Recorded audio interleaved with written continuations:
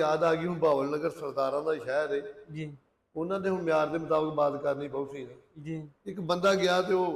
तस्वीर है तलवार फड़िया घोड़िया के बंदे बैठे अच्छा उन्हें कोई कम गया वो कम ना वह ना होया तो उन्हें कहा यार तस्वीर दे दे बड़िया तरीकी तस्वीर ने जी उस आख्या ले ला उस आख्या किन्ने पैसे लेने उस आख्या 300 उस आख्या यार मेरे को तो 250 उन्हें कहा नहीं 250 दियाँ नहीं देनी अच्छा चलो उन्हें कहा तू ठहर मैं 50 रुपये लैके आना वो गया लैन उधरों वेगियां जी मुड़ के एक दोस्त ਨੂੰ ਮਿਲਣ ਚਲ ਗਿਆ ਬੈਠ ਕੇ ਜਿਵੇਂ ਆ ਮੇਰੇ ਬੈਠ ਕੇ जी ਉਹ ਅੱਗੇ ਤਸਵੀਰਾਂ ਉੱਥੇ ਲੱਗੀਆਂ ਸਨ ਉਹਨੇ ਪੁੱਛਿਆ ਕਿ ਯਾਰ ਉਹਨੇ ਪਛਾਣ ਲੀਆਂ जी ਉਹਨੇ ਕਿਹਾ ਤਸਵੀਰਾਂ ਕਹਿੰਦੀਆਂ ਨੇ ਉਹਨੇ ਆਖਿਆ ਮੇਰੇ ਦਾਦੇ ਦੀਆਂ ਮੇਰੇ ਪੜਦਾਦੇ ਦੀਆਂ ਇੰਜ ਲੜਿਆ ਅੰਗਰੇਜ਼ ਨੇ ਇੰਜ ਲੜਿਆ जी ਉਹ ਇਸ ਗੱਲ ਕਹਿੰਦਾ ਚੁੱਪ ਕਰ ਗਿਆ ਉਹਨੇ ਕਿਹਾ ਵੀ ਕੀ ਗੱਲ ਹੈ ਤੂੰ ਬੋਲਿਆ ਨਹੀਂ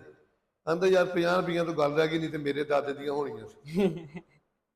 ਠੀਕ ਹੈ ਹੁਣ ਗੱਲ ਬਣ ਗਈ ਪੋਤੇ जी जी ਜਿਹਨੂੰ ਥੋੜੀ ਚਮਕ ਮਿਲੀ ਉਸ ਆਖਿਆ ਵੀ ਗੱਲ ਹੀ ਸਾਰੀ ਸਾਡੇ ਨਾਲ ਚੱਲੀ ਹੈ जी ਗੱਲ ਅੱਲਾ ਨੇ ਜਦੋਂ ਦਿੱਤੀ ਹੈ ਨਾ ਜੀ जी ਮੇਰੇ